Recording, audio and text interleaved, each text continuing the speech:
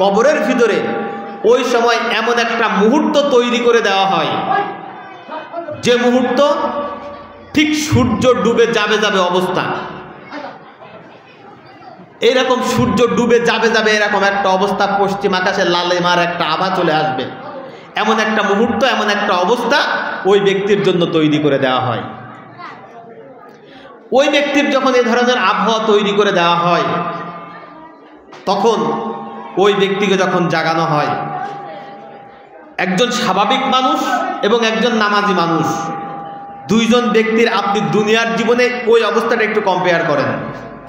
এই যে শীত, এখন পরিপূর্ণ পুরোপুরি শীতকাল তো এখনো আসেনি, এসছে কি? এখনো পুরো শীতকাল আসেনি, কিন্তু আমরা যারা গ্রামে বাস করি, গ্রামের মানুষ, কৃষক মানুষ, সকাল থেকে মাঠে হাড় ভাঙা পরিশ্রম করার পরে দুপুরে বাড়ি এসে খুব সুন্দর দুটো ডাল ভাত বা যা কিছু খাওয়ালাম, খাওয়ার পরে অনেক সময় দেখা যায় যে আমরা শুয়ে পড়ি ক্লান্ত শরীরে, শোয়ার সাথে সাথেই ঘুম চলে আসে। আরও এই এখন যে হালকা হালকা শীত, হয়তো পুরো কম্বলে নেই না, পাতলা একটা কম্বল বা পাতলা একটা কাঁথা গায়ে দিয়ে খুব সুন্দর একটা আরামের ঘুম চলে আসে, আসে কি না? আসে না? তো এরকম ঘুমে হঠাৎ করে আপনার ওয়াইফ বা বাড়ির আর যারা ছিল তারাও বাড়িতে নেই, আপনাকে যে ডাক দেবে এই ডাকও দেওয়া হয়নি। মসজিদ থেকে মুয়াজ্জিন আযান দিয়েছে, হাইয়া আলাস সালাহ, হাইয়া আলাল ফালাহ, এসো নামাজের দিকে, এসো কল্যাণের দিকে। আসরের এই আযান দিয়েছে, মসজিদের নামাজের সময়ও, জামাতের নামাজের সময়ও পার হয়ে গিয়েছে। হঠাৎ আপনি প্রত্যেক দিন মদনডাঙ্গা বাজারে এসে বসেন, একজন ব্যক্তি আপনাকে ওই শ্রীরামপুরের দিক থেকে আসছে খোঁজ করার জন্য, ওই বেচারা এসে এই বাজারে আপনাকে খুঁজতেছে কিন্তু পাচ্ছে না। সবাই বলতেছে প্রতিদিন তো আসে কিন্তু আজকে আসেনি, কোথায় যে গেল তা তো বলতে পারলাম না। যে আপনাকে খোঁজ করতে আসছে, খুঁজতে খুঁজতে বাড়ি যেয়ে হাজির, বাড়ি কেউ নেই, ঘরের দরজা আফসা করে দেওয়া খোলা।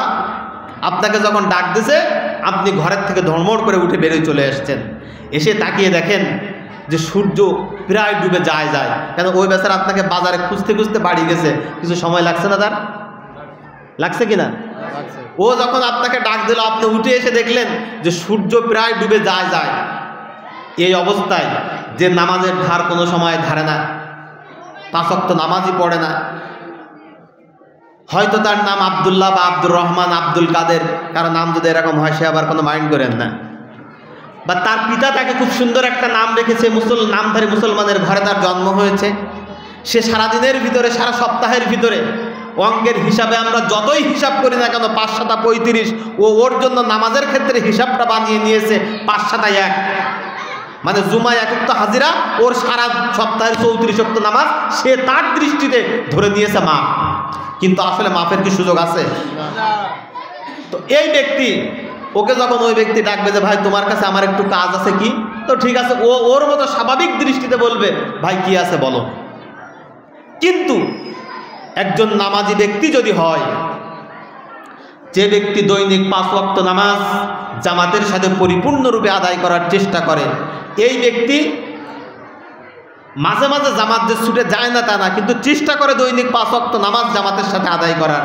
ওই ব্যক্তিকে যদি আপনি ওই মুহূর্তে ঘুম থেকে ডেকে উঠান, আর আপনার যত প্রয়োজনই থাকুক না কেন, ওই ব্যক্তি বলবে ভাই তুই একটুখান বয়, বা তুমি একটুখান বসো, বা ভাই আপনি একটুখান বসেন, সূর্য দেখেন ডুবে যায়, একটু অপেক্ষা করেন, আমি আসরের 4 রাকাত নামাজ পড়ে নিই। ঠিক কিনা? ঠিক কিনা? সম্মানিত হাজিরিন, রাসূল করিম সাল্লাল্লাহু আলাইহি ওয়াসাল্লাম বলেছেন, কবরের ভিতরে একজন মানুষকে যখন রেখে আসা হবে, ওই ফেরেশতারা এসে যখন ওই ব্যক্তিকে উঠাবে, তার সামনে ঠিক ওই ধরনের একটা দৃশ্য থাকবে, যে দৃশ্যে এই যেন সূর্য ডুবে যায় মনে হচ্ছে। ওই ব্যক্তিকে যখন ফেরেশতারা ডেকে প্রশ্ন করতে যাবে, মান রব্বুকা মান দীনুকা ওয়া মান নাবিয়ুকা, এই ব্যক্তির সাথে যখন কথাগুলো বলতে যাবে ফেরেশতারা, আল্লাহর বান্দা ফেরেশতাদেরকে বলবেন ভাই তোমরা যে হও না কেন একটু অপেক্ষা করো, এই অপেক্ষা তোমরা একটু করো। পশ্চিম আকাশের দিকে তাকিয়ে দেখো সূর্য যেন ডুবে যায়, আমরা তাড়াতাড়ি আমি একটুখানি আল্লাহর কাছে এই 4 রাকাত নামাজের হাজিরাটা দিয়ে নেই, আসরের নামাজটা আদায় করে নেই, তারপরে তোমার সাথে যত কথা আছে সব কথা আমি বলবো, শুনবো, কিন্তু আগে আমাকে 4 রাকাত নামাজের সুযোগ তুমি দিয়ে দাও। সম্মানিত হাজিরিন,